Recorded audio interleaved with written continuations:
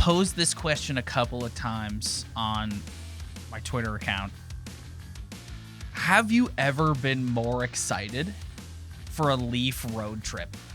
Because I don't know about you, like everything that's going on north of the border here and those 2 games, and it's just like the way it was like stepping in a time machine to a year ago. At home against Ottawa, at home against Edmonton, no fans in the stands. It feels like you're watching a scrimmage. It's awful. There's no stakes. Oh, No, both those teams suck. yeah. So like, even if they get those W's, which I'm happy they get the wins, they need all the wins they can. But you're right. Just watching that, it was just like, Oh, I can't I had a believe. hard, like I was like, I'm just gonna make sure, like I'm gonna take my notes, make sure I watch the game tonight. And you're just watching it, and I'm just like, Yeah. It's so boring. It's so boring. oh, they scored. Oh, nice. It's so boring. Yeah. Like, at what point, if this goes on longer, like, so they're pushing back these games in the Canadian markets because they're losing money on like gate revenue, right? Ticket revenue and like concessions and all that. Who's to say that by the end of January, February, that the Canadian government will all of a sudden let people back in the building? We don't know that. I don't think that's gonna happen. So at what point do we just let the Leafs would fill the building every night in Buffalo? Like let them play their home games somewhere in the US. Find homes for these teams somewhere in the US You want to go Blue Jays on this? I can't. Yeah, because I can't do this. I'm making this all about me. That's just so like, I mean, from a selfish point.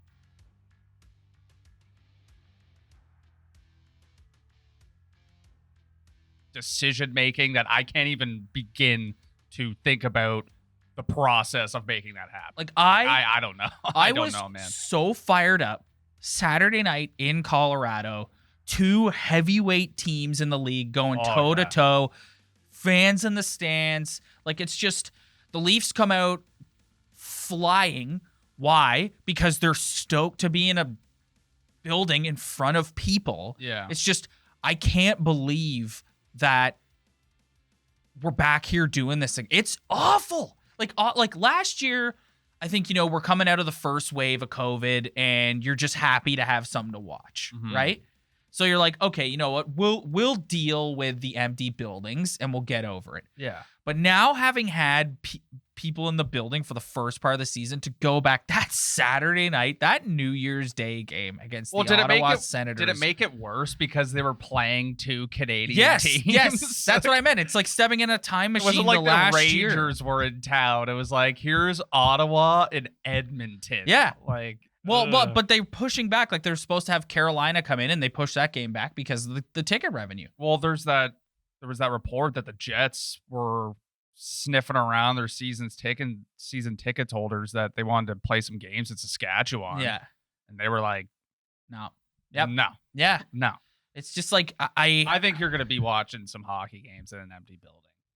But especially when it comes to the Leafs. Like, I don't know how Eugene Melnyk feels about having a empty arena, because that guy's the definition of a penny pincher. But I mean, I don't see how you can look at a bunch of these guys and be like, I don't even know how you figure that whole thing out. So as far as I'm concerned, they're playing in front of an empty building for however long it takes. I just think, like,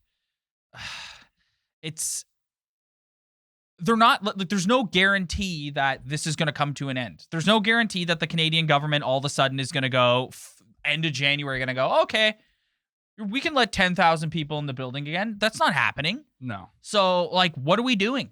Because one of 2 things is going to happen. You're either going to not be able to make these games up, and then you have all kinds of, and then you have a huge mess on your hands with, like, some teams have played point 82, percentage. Some teams doesn't, point percentage, that sort of thing.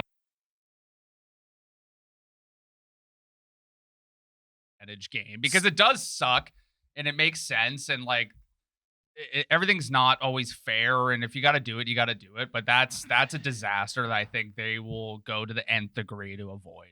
So, and I know that this might not be the same thing for some of the other Canadian teams. Yeah. But the Leafs would fill the building every night in Buffalo.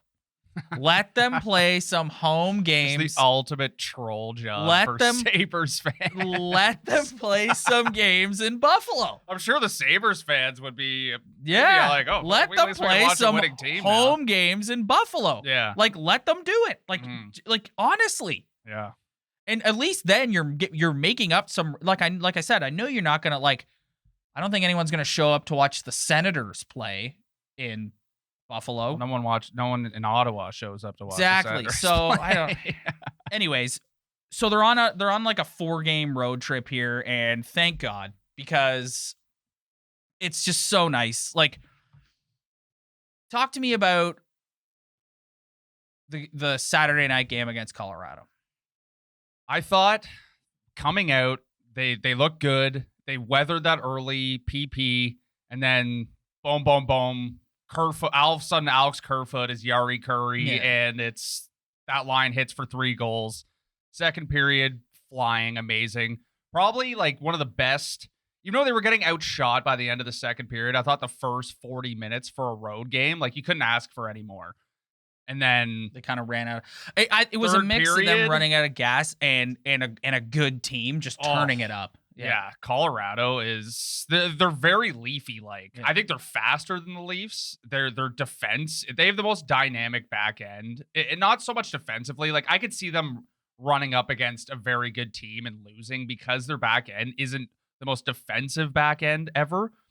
But boy, when they start jumping in and being active, man, they are hard to stop. And that building was on fire.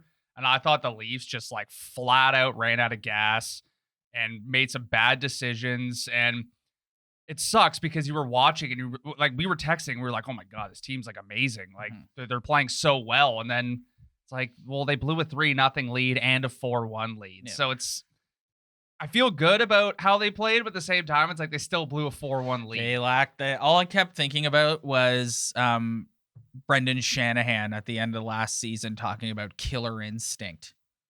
Yeah, but they lost to a team that many consider to be maybe the best team in the NHL. And I don't necessarily think that that's the worst thing. They still get a point out of it, and it's like, listen, like and that was a playoff atmosphere type game. You weren't playing. That's the problem with playing in an empty arena too. It's like you took the words right out of my mouth. There's just no stakes. There's nothing. Edmonton is really struggling. Ottawa is just a non-factor. So you go into a road building against probably the hottest team in the National Hockey League right now.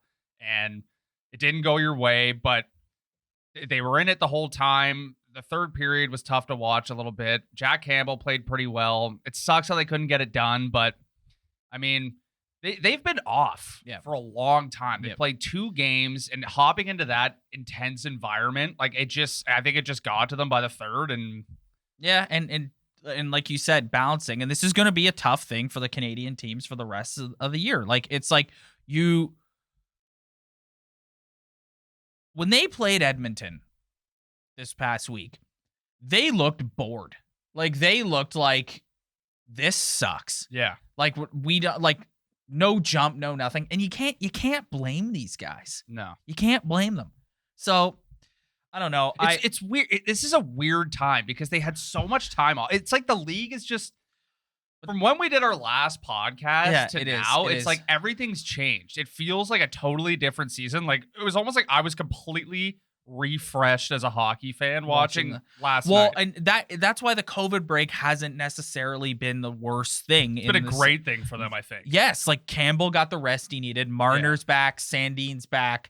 Like, you could also make the argument that on the back end of this, it's all going to catch up. Oh, see, so that's the other problem. Yeah. So if the Canadian government does all of a sudden decide, okay, we're going to let people back in the building, the NHL can make their gate money back. Yeah. It's going to be every other night. Yeah.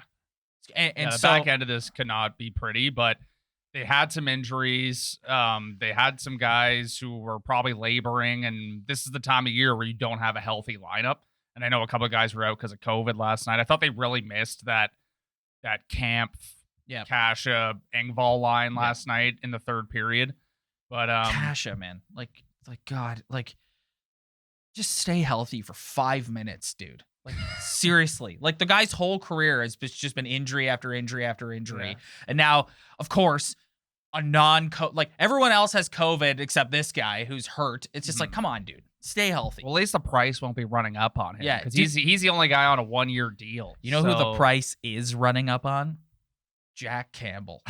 Well, we don't know that yet. Oh, we know that. Well, we know that it's run up from where it was. Can I give you a hot take on Jack Campbell? It's rare on this podcast that anyone says anything negative about Jack Campbell, but like again last night after the game, like just puts the loss on himself. It's like, stop, dude. Like it's getting to the point now where it's like it's like disingenuous. Like that save he made to make sure it got to overtime, or actually they were still up 4-3, where he dove across the net and caught, like, come on. I'm trying to think of the goals last night. I thought the only goal that I'd like to have back is the OT goal. Yes, but Matthews gets caught out on the ice there.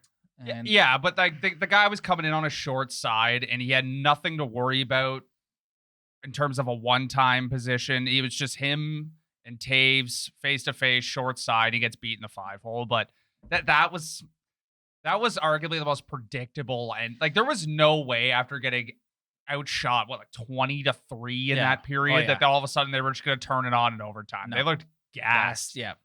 So I'm not going to look at it as like a huge negative, but it's a wake-up call for them, and they're going to have to figure out that these Canadian teams are going to be presented with a unique challenge where you're going to go from playing, if they let them. Like, it seems like they're willing to let the Canadian teams play the Canadian teams in these empty buildings, but they're not going to let them. Like January 17th, the Devils.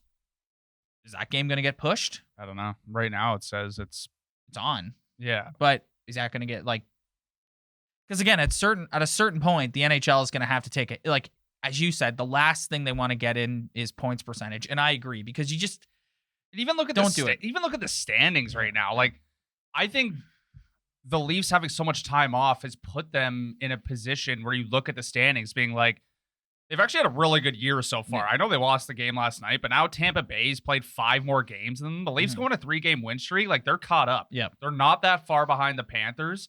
And the whole standings in every division is just out of whack right now. And I don't know.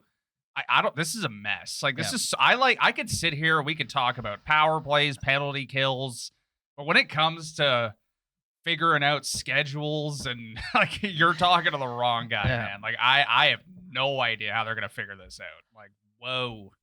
In one of the more bizarre turns this week, Nick Ritchie gets put on waivers, clears, and then because Marner and Engvall go into the COVID protocol, he's right back up playing with the team. I don't know about you, but I wasn't shocked to see him. Like, Ilya Mikheyev's come back. He's played very well, and he's kind of pushed. First of all, they're in cap trouble. Yeah. And second of all, he's kind of taken that spot. And Nick Ritchie is an interesting guy where he needs to find a role for himself, like a fourth line type role. And you can argue like, well, he gets paid too much money to be a fourth liner. And that's true. But at the same time, it's like, that's what he's going to be on this. I love how like this team is so tight that like $2.5 million is like such a big deal. Oh yeah.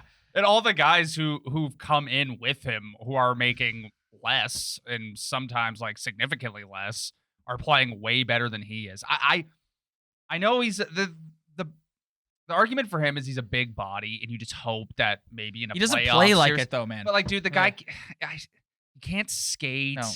Like he took a bad penalty last night in the third at the end. I know they didn't score on that power play, but like 5 seconds after the power play was over, they scored. Yeah.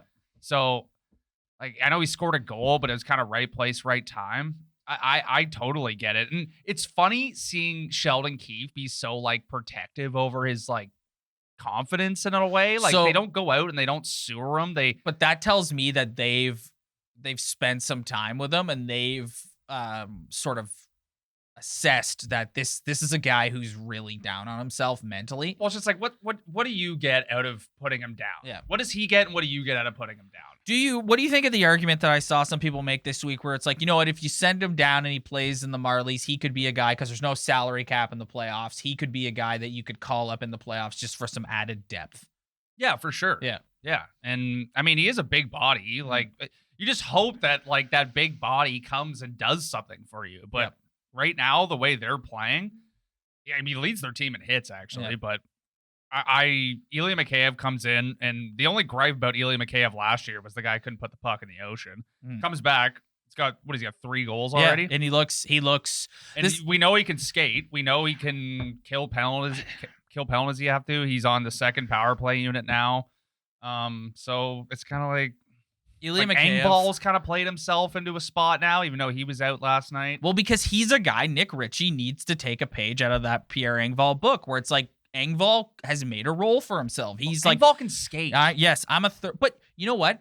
Go out there, play on the fourth line, throw your body around, if you go out there and all you do is hit guys, I'm fine with that. Yeah. And you're making a guy look over his shoulder before he goes in the corner with you, I'm fine with that. Yeah. Like that's what you have to, if you're going to stay on this team, that's what you have to do. You have to create a role and a spot for yourself. And he hasn't done that thus far. And that's what he's going to need to do if he wants to stay here. But you know what drives me crazy about him? It's like, if I were him, it'd be so easy to find that role. If you have reduced your expectations to the point where the team doesn't even expect you to chip in offensively, it's like, okay, like I'm 240 pounds. Like, why don't I just go out and munch guys along the board all game long? I think you answered your own question earlier when you said that you're noticing that Sheldon Keefe is really protective over his mental state. This is a guy that is really fragile mentally. And the team is protective too. It's not just like Sheldon Keefe. Every time a guy can get behind a microphone and they ask a question about Ritchie, they're just like, he played well tonight and blah, blah, blah. It's like, yeah, they can't say enough good things about him. Yeah. It's an odd situation. Mikheyev's a funny one because he's come back and he's played well, and everyone just sit back and enjoy this production from Ilya Mikheyev, because this will be his last year in a Toronto Maple Leaf uniform. Like, see you later. I don't care. Part of the reason I think why he's playing so well is because this is a prove-it year for him, and Jack Campbell's going to get whatever money you would want to pay Ilya Mikheyev. So, salute Ilya Mikheyev. You know, when Edmonton was in town, even though that game sucked, you're watching Hyman, and it just makes you realize that unless it's like the Austin Matthews of the world, guys like Ilya Mikheyev are going to come and go on your hockey team year by year, because you just can't afford to pay players like that anymore. And watching Hyman, I love Zach Hyman. We sat here last year, praised him, and he signed a big deal. Edmonton sucks. He's made no difference to their team at all. And then last night you're watching Bunting, Kerfoot, and Matthews, and like Michael Bunting has nestled himself on that top line, and he makes plays. He's forechecking. He is dangerous offensively. Guy can wheel. He's in front of the net, like pushing people around. Yeah. And it's just like Kyle Dubas made a very, I wonder what his explanation was for not signing Hyman. If he was just like, it got too much, we couldn't pay him. And it's amazing how he found a guy like Michael Bunting for so cheap, who relatively does the exact same thing. 2 years. Yeah, and they have camp for 2 years too. To me, that's the best part. So, like, anyone.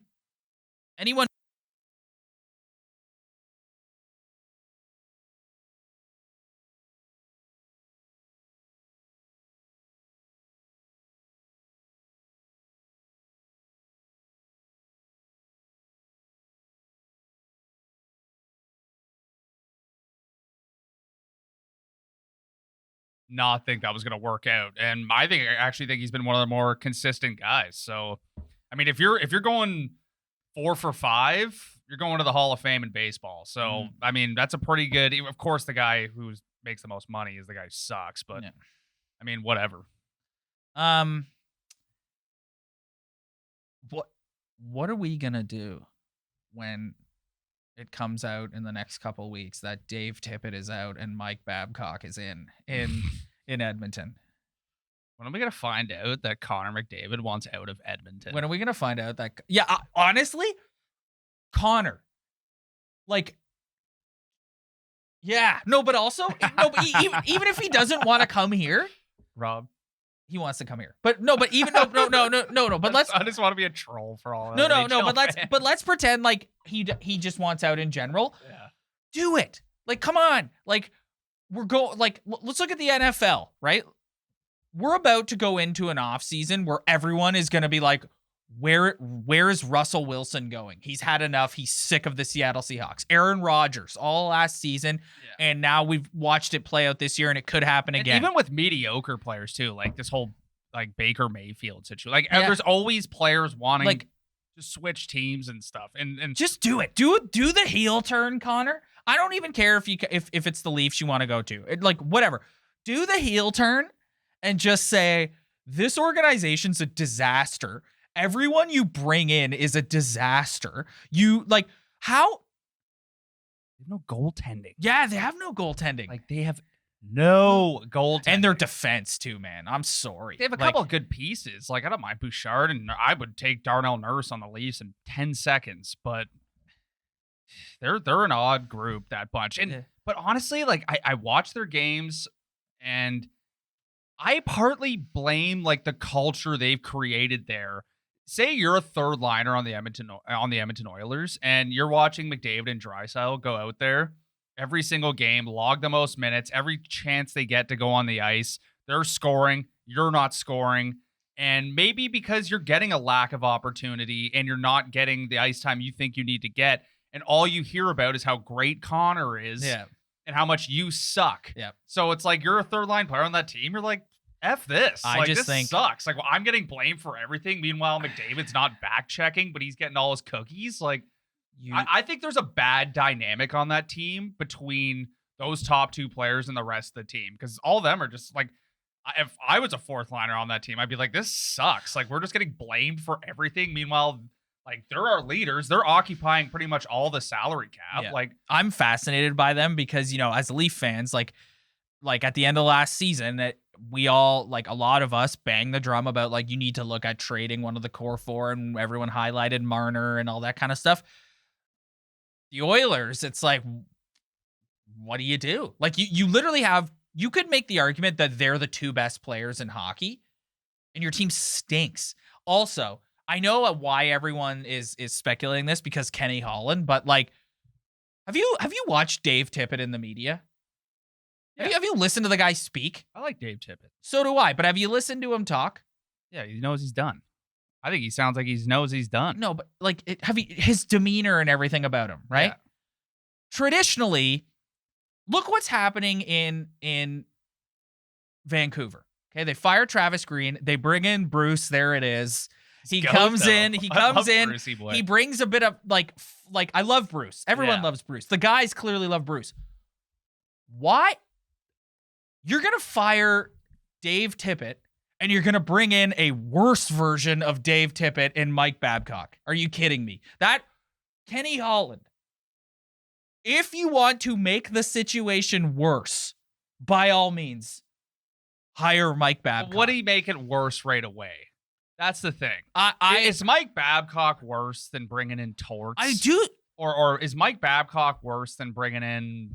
But I think, listen, Alain Vigneault. No, but again, okay, you're seeing this across pro sports. I want to harken back to the NFL as an example. Okay, like, you're seeing the end of the old boys club with the exception of Bill Belichick. You're seeing the end of the old boys club, and you're seeing these new coaches sort of rise to prominence. These new young coaches, right?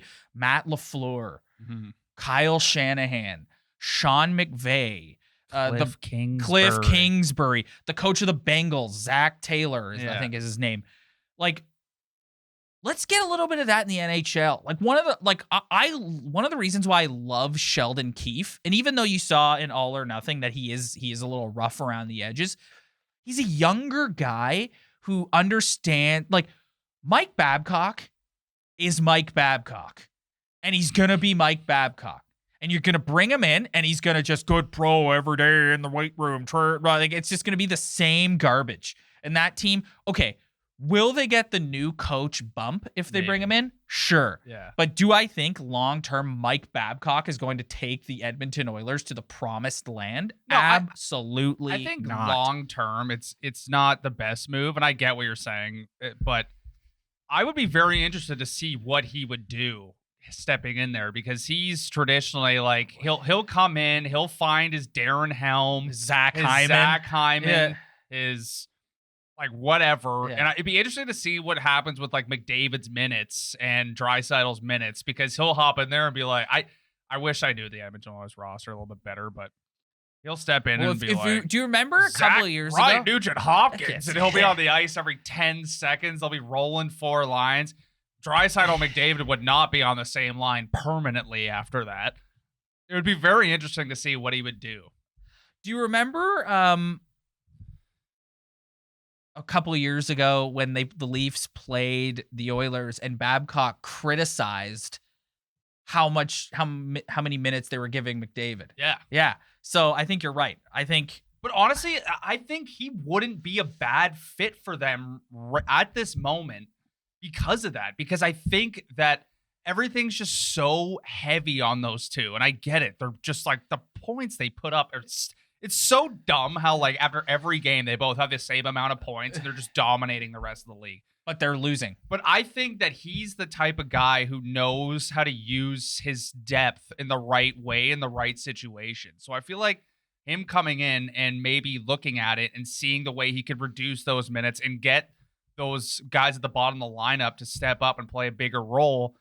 I mean, I think right off the bat, he wouldn't be, it could be a good thing for them. Yeah. But it's just, it's not so much about him coaching. Like, you have a problem with him coaching. It's like, you're bringing in a force of nature. Yeah, like just the interviews, the one-liners, like bringing guys into his dressing room, making them write lists down about guys who don't work hard, and then sewering them 10 minutes later. Like, I just don't. I think you want to stay away from that if I'm Edmonton, and that's a fragile group. But yeah, honestly, if they keep losing any day now, you're going to get the Tippett's out, Babcock's in, 100%. But you watch, I think, analyzing their team, it doesn't matter what coach you bring in there. You look at the Leaf game against Colorado.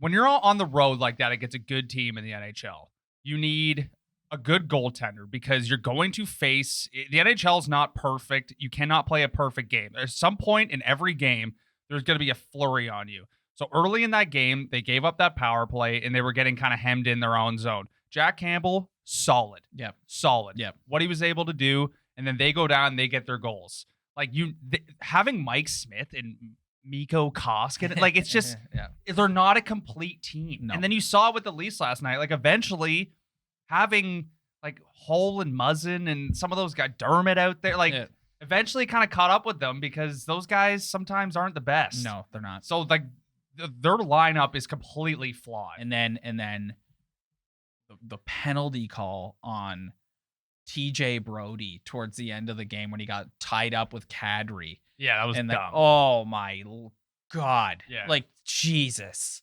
Like I've said before, you and I aren't bash the official guys, but what are we doing with that penalty call? Yeah. Honorable net. Before we get out of here, I'm going to give an honorable net mention to William Nylander. Oh, yes. What can he say? You know what it is? I know. There is something I want to say about William Nylander, and I think we need to remember this, okay? Do you remember when you were in your early 20s? And like you weren't the mature young man that you are right now. No, I was a complete idiot. Could you imagine being in your early 20s and being handed millions of dollars? And I think that the old school contingent of the fan base is very like, oh, they're getting paid millions of dollars. But it's like you got to remember, these are kids. These are kids that are coming in here, and like look at Ovi. Look how long it took Ovi to become like a man's man in the NHL. Took him a while. Ovi's arguably having like the best year of his career right now. Like not everyone is Sidney Crosby. Not everyone is going to come into the league and just not everyone is going to come into the league and just automatically be a GOAT. Like not everyone, right? So William Nylander is a perfect example of somebody who you see it, you felt it in the series against the Habs last year. You felt it in training camp this year with the stuff he was saying, and you've seen it in his play. There is something that has clicked mentally for him, and he now is like, I know what I care about having a legacy in this league. Yeah. I care about, and you know what? There's some internal competition. You don't think he looks down at the bench at 16 and is like, I'm better than you. Yeah. Like, you get all the opportunities here, and everyone, if they were going to write out a depth chart of this hockey team, would put you ahead of me. But it's like, no. Like, I'm just as good as you. So I think that's simply what's happened with William Nylander. I think he's just got to a point where he's like, okay, I've got my money. I had my 20s. I've been my celebrity. I've taken the picture of me with the cornrows eating the prosciutto, and now he's just got to a place where he's like, I'm good. Like, I'm ready to be an elite force in this league. Here's a lesson to every single skilled hockey player who are in the same realm as William Nylander, where you get chirped for not enough effort, not getting back defensively. Here's a lesson for you hockey players out there, because there's a lot of them. Yep. In every sport. Yep. If you produce, yep, that goes away. Yes. Your mistakes will not be as bright when you're leading the team in points. Yes. Or scoring the amount of goals you need to score for the player that you are. Or looking like you're making a difference out there. Like, he is contributing offensively almost every single night. Yep. And that's what he needs to do to get people off his back. And plus, he has been getting a little bit better, getting in more physically. All that's great. But at the end of the day, if you're a skilled hockey player who your main job is to put the puck in the net, if you do that, then it's all good, baby. When they first put him and Tavares together last year, I didn't love the pairing. Like, I knew it was time to try Matthews and Marner, but Tavares' success since he got here was so much like because of he had Marner on his wing. And at first, I do think it took them a while to sort of click. Now, William Nylander is elevating John Tavares. Yeah. Like, John Tavares is a more effective hockey player night in and night out because William Nylander is on his wing. I think he's been better than Marner on that spot on the power play. Yeah, too. 100%. 100%. Like, but that's what I'm saying. Like, yeah. I'm sure they're buddies, they're teammates, they've known each other for years now, whatever. But you don't tell me that William Nylander doesn't look at the situation he has in front of him and think to himself, I'm just as good as Mitch Marner, and I'm tired of Yes. being like not being put in the same sentence as him. No, you're right. And shout out to the Leafs power play, #1 in the NHL. Number 1 in the NHL, baby. Yep. Oh boy. All right. So 4-game road trip, some 10 p.m. starts, but you know what? Typically they're gonna get tested though. They're playing some good teams. Yeah. Typically I struggle through the 10 p.m. starts, but just because they're in U.S. buildings with fans, I'm going to stay up and watch They're them. playing good teams, too. Yeah. They're not playing. This isn't the California road trip. They're playing Vegas, who's back. They're playing St. Louis, who's back. Yep. Like, there's some good They're teams. playing Arizona, who needs to pay their taxes. Don't blow a 4-1 lead in that building, please. No. In that building that's not paid for. Yeah. Don't blow a 4-1 lead in that building. All right, we're going to get out of here. We'll be back sometime next week. Thanks, everybody, for checking us out. If you like what you see, hit that like and subscribe button below. Also, if you want to interact more with us, head on over to our Instagram at Talkin' Buds Podcast. Spread the word. Tell your friends. We really appreciate it. We'll friends.